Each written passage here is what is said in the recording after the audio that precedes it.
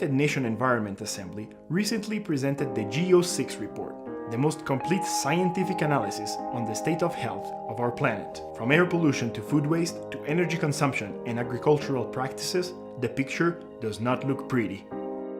No country is yet doing enough. Some countries are doing more than others. Some countries have made more progress in some areas more than others, but all countries need to do more. One of the two chairs of the report, Professor Paul Eakins, does not mince words when it comes to our current situation, in particular about air pollution. About 7 to 9 million people every year die early because of air pollution. That's 2,000 people per day. And this is a problem which we know how to resolve. One of the key factors for these deadly results is the amount of chemicals produced around the world and the lack of science around them. Of the 100,000 in use today, most haven't been analyzed or are overlooked in terms of damage to the environment and need urgent attention. One of them is nitrogen. Nitrogen pollution, you have the nitrogen oxides which are coming from any high temperature combustion vehicles, power stations and any combustion at high temperature. The other major source of nitrogen pollution is ammonia emissions.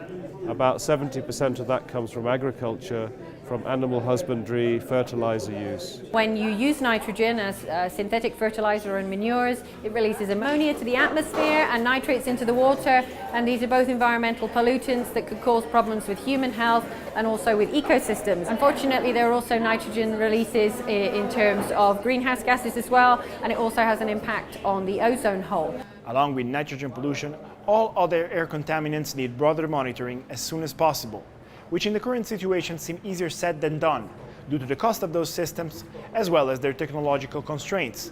Some experts at UNEA-4, however, look at the future with optimism. This is how it's done so far with traditional technology, and as you see, what it is in fact is like a mini laboratory put on the street.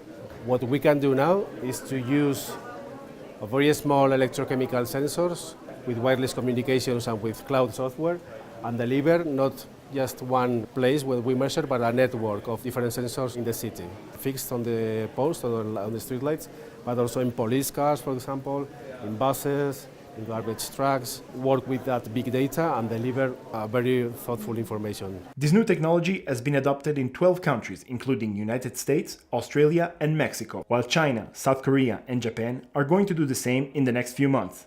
All over the world, big data is becoming a predominant way to monitor the environment. New technologies and global actions are much needed, especially by our legislators. According to the report, measures to reach the Paris Agreement's targets would cost globally about $22 trillion, but the health benefits from reduced air pollution could amount to a staggering $54 trillion, all for the safeguard of our planet. Can we reach the goal? The experts think yes, but there is much work to do.